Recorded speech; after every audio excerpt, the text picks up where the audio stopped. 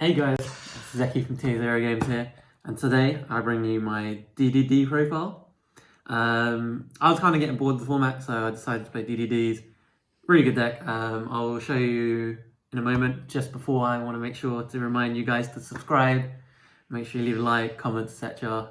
If it's highly requested, I can upload a combo video.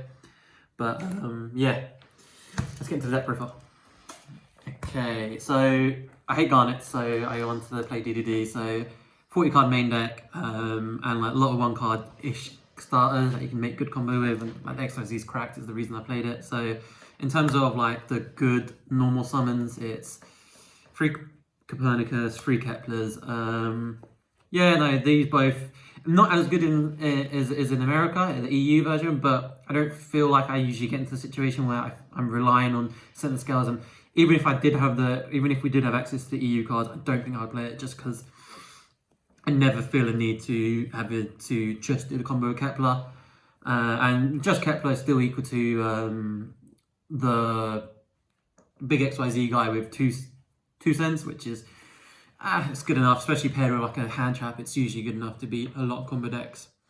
Okay, they're the good normal summons. And then in terms of one of the best DDD cards, so 3 Griffins, that's fairly obvious. Special summon if you control a DDD card. Yeah, it's an integral part of your combo because really what you need is your link 2 and then the rank 4. 2 Copernicus. So you have to play 2 because some combos where you draw the slime, you make the Baron by normal summoning this, and then you will need to scale the other one with the link monster. So you do need 2. Plus it's a level 4, so more level 4s, which is part of the combo, because then like these 2 is a combo, and like maybe in a tuner super good, just make Siegfried. Even when you get hand trapped like Ogres and stuff on your gates and stuff, so it's quite useful.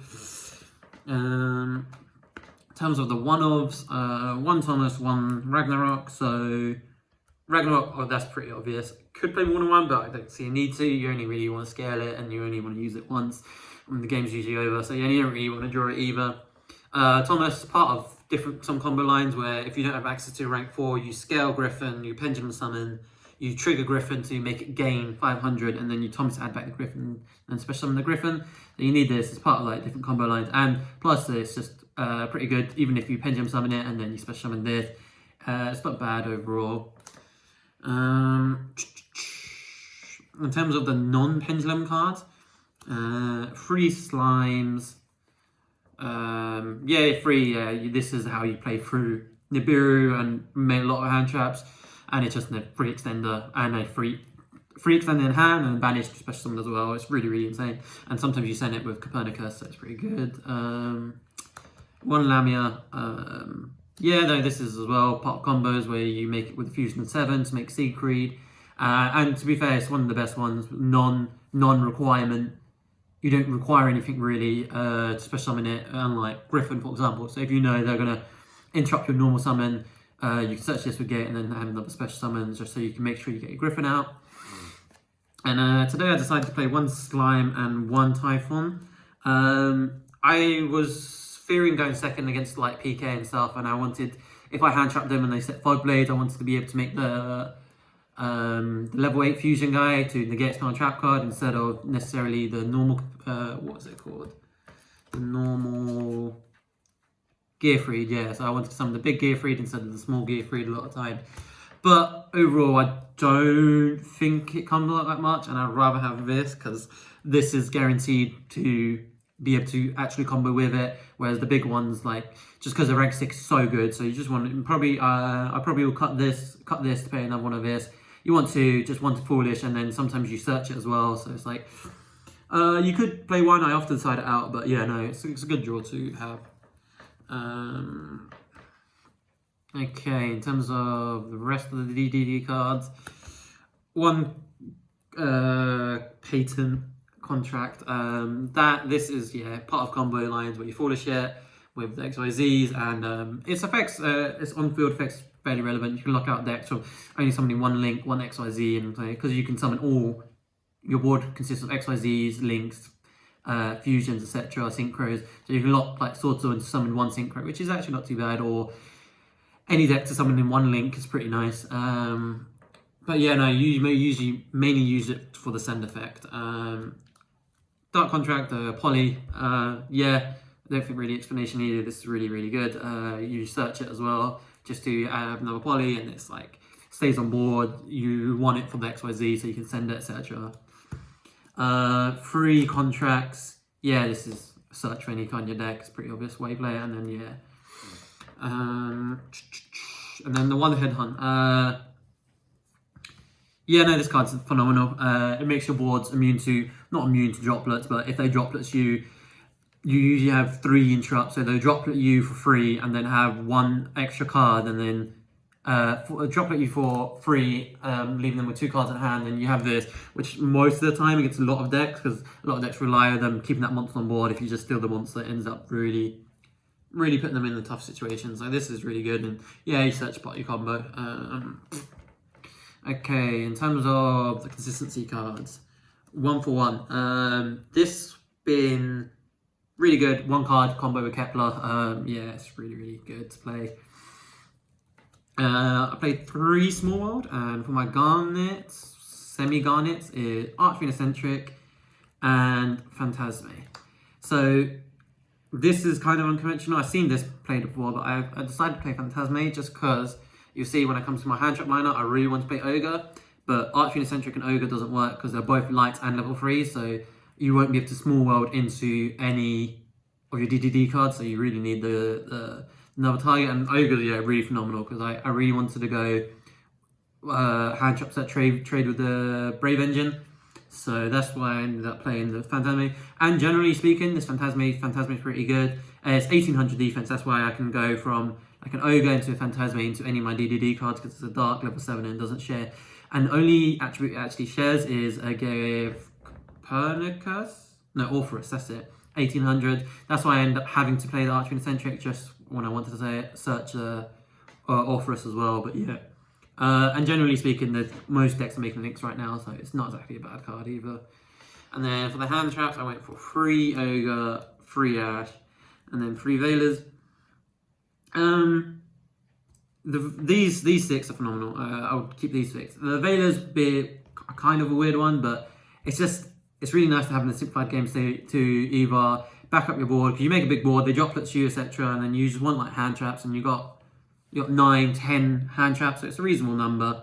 Veilers next best one. You could play Nibiru, but yeah, I'd rather just have a card that's a bit more fair, and will hit more matchups basically. Okay, cool. That is it for the main deck. 40 cards in the main deck. We'll go to the extra deck. Extra deck's pretty standard. I don't think any of these 15 cards can be contested. Maybe there's one potential flex spot which I'll get onto. So Siegfried, obvious, yeah. Obviously this is huge because it can negate rights, and then they can't activate another right. Baron, yeah, you make part of the combo so you don't just nib another hand trap. You just want the link to resolve, so you can make these. King Genghis, this is pretty good, yeah, to make as another like Genghis, and obviously it's super relevant effect of negating spell and trap cards during your turn only. 2 Genghis, yeah, this makes complete sense because you end up making the really broken, really well placed card this format, which is the High King Caesar, which is pretty good, and then obviously the special summon effect. D-Arc, mainly here because some lines you make this and then you send a Lamia, so then you make this and Lamia into a Siegfried, because Siegfried's really nicely placed in this format as well. It allows you to play through potentially droplets and dark rulers if you chain a trap card that I'll show you when I get into the side deck. High Caesar, one of the best interrupts in the game. None once per turn, basically solemn warning, which is really good. It can negate rights, etc., which is super valuable. The level 4 package, so you use a lot of the combos, you use both of them. This one searches when it's sent to the graveyard, such a Dark Contract. This one Foolish is a card, so you can, a lot of the combos you Foolish stuff, you end up using both. And then this has like irrelevant effect as well to target monster in the field, make it lose 1,000 and burn for 1,000. One of the reasons I actually like this deck is Zeus. I arguably think it's one of the easiest decks to make Zeus in, because all you need is a DDD card. So you can either summon a Fusion, summon a XYZ, summon a Synchro, even Pendulum summon your DDD cards, and you just make Zeus, because this is always battling something and crashing over it at least. So you always have access to Zeus, which is really, really good. Yeah, Machine X, broken card. It's very nice, especially if you pair it with a Siegfried against like PK and other Brave deck, because then Siegfried will go 1-for-1 with the Rights Engine and they can't do anything with that. And then this can just literally just start sucking up every monster they have. And then most of the time you end up having 4 times to suck it up, which is really, really good. And then the most broken link, yeah, it's ridiculous. Imagine a link monster has 2 points, arrows down, and says place your scale, and it floats, which floats on any extra DDD card, which is just, yeah, really, really silly. Yeah, you need 3 because sometimes you end up using two on your first turn, because you end up having to link these away to trigger their effects, etc. Okay, cool. To the side deck. Side deck could be changed depending on what you expect in the format, but for the back row decks, I decided to play 1 red reboot, 3 twin twisters. I don't feel like you particularly need more than these. You have Orpheus in main deck, Archery and Eccentric in main deck. You end up actually having a decent matchup against back row decks. So I don't think it's necessary, but yeah, no, I didn't miss it. I didn't V any trap decks today, but we'll see if I will end up missing it in the future. 1 Eternal Darkness. So this is the continuous trap I chose to use. So what this does is you can flip it. So face up cards you control cannot be targeted by monster effect if you have 2 scales, and your opponent can't XYZ, Synchro, or Fusion with monsters on the field. It's only good at some of the matchups, but it's just quite nice to be able to search this, and then you can beat droplets of thingy by chaining this, and then chaining Siegfried to target their Dark Rune No More or Forbidden Droplets. Unless obviously they discard the trap cards, yeah. But apart from that, it's pretty good overall. Freelancier. For the hand trap, this is another reason I like that. Because you don't fear back row decks that much, you can play these powerful hand traps, which like these. So Gamma covers basically everything. So it covers PK and any combo decks going second, and then you end up putting 3 of the more powerful ones depending on the matchup. Sometimes potentially both, but say like these you'll play against Sword Soul or the base deck, etc. And then Lancer you put in against PK, etc. and stuff like that. So they were both really good. So you usually go in, post side you go into like 15 hand traps, which is usually enough to see 2, potentially sometimes 3 as well. It's pretty high probability, so it's pretty good. Okay, cool. That's my profile, guys. So quick shout out. Shout out to Betty for believing I can play combo. Shout out to Ben Robinson for fearing this deck with me. Shout out to, don't know your name, but the guy who released the free spreadsheet. It was really, really useful to get the hang of this deck. Deck's really complicated, but it's definitely worthwhile to play. It's a really fun deck. Shout out to Tier Zero. Yeah, really support team. Helps me get here, helps me pay for a lot of stuff, etc. Help me with cards. Thank you for the profile, guys. Make sure you like and subscribe.